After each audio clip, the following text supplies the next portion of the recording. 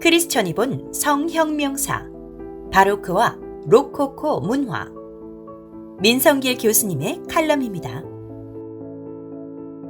르네상스 이후 인본주의는 모습을 달리하며 지속적으로 성적 자유를 기리고 찬양하여 왔습니다. 역사적으로 성혁명적 사건은 대개 작가나 예술가 같은 엘리트 집단에 의해 문화와 예술이라는 이름으로 나타났습니다. 17세기에서 18세기에 걸쳐 바로크와 그에 이어지는 로코코 문화가 두드러지는데, 이때의 미술에서도 당시 은밀한 성문화가 드러납니다. 바로크 문화가 생겨난 배경은 대개 계몽주의와 공통적입니다.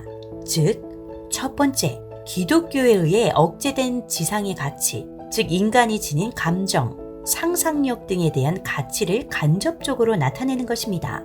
두 번째, 수공업과 상업의 바탕을 둔 부르주아들이 과거 귀족들의 경제적 수준에 버금가는 부를 이루었고, 이들이 절대 군주를 지지하기 시작하면서 화려하고 장식적인 바로크나 로코코의 예술 형태를 권력의 상징으로 간주하고 소비하였던 것입니다. 바로크라는 용어의 의미는 장식이 과다한, 취미 따위가 저속한, 문체가 지나치게 수식적인 등등입니다. 따라서 바로크 문화의 특징은 생각보다 감성을 존중하며 장식성을 우선시하고, 정체된 안정보다 움직임을 중시하고 기발한 비유, 대조, 과장, 그리고 파격적 표현을 사용하는 것 등입니다. 로코코는 1720년대 프랑스의 예술 양식입니다. 이는 바로크와 비슷한 시대에 발생해 좀 더 오랫동안 지속되었습니다. 로코코는 태양왕 루이 14세의 죽음 이후 중앙 집권이 약화되면서 귀족들의 밝고 경박한 향락 문화로 나타났고, 더 부유해진 루이 15세와 루이 16세 시대에 프랑스 궁정과 귀족 사회에서 크게 유행하였습니다. 바로크가 왕실의 권위를 내세우기 위해 크고 아름다운 이미지를 제시했다면, 로코코에 이르러서는 그 특징이 더욱 과장되고 더 화려하게 나타났습니다. 로코코는 마리 앙뚜아네트를 비롯한 프랑스 귀족 부인들의 화려하고 섬세하면서도 사치스럽고 퇴폐적이며 이국적이라는 이미지를 가지고 있습니다. 로코코의 섹슈얼리티는 회화에서 본격적으로 나타나고 있습니다. 로코코의 회화 주제는 주로 육체적 쾌락, 우아함, 가벼운 사랑 등입니다. 규모는 작지만 색깔이 정교하고 밝고 파스텔풍입니다. 그림의 내용은 대개 품위 없는 방탕, 퇴폐, 현란한 스타일, 부유함의 과시, 그리고 지루함과 한가함 속의 경박한 유의 등등을 혼합한 것이었습니다. 대표적인 그림으로 장 오레노 프라고나르가 그린 그네가 있는데, 유의적 에로티시즘을 잘 나타내고 있습니다.